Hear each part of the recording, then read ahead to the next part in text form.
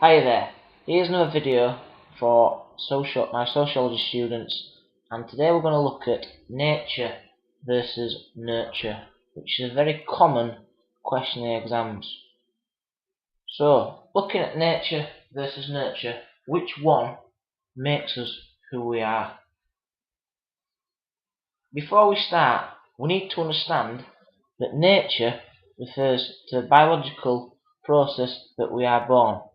So psychologists believe and biologists believe that our behaviour is to do with how we are born, through our genetics, whereas the nurture theory is more directed towards what sociologists think, and they believe that the socialisation process makes us who we are today. So we're going to have a little look through the nature versus nurture debate and give some ideas as to what you could write on particular exam questions.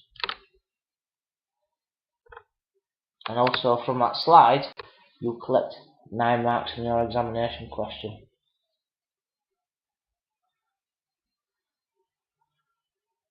Thank you.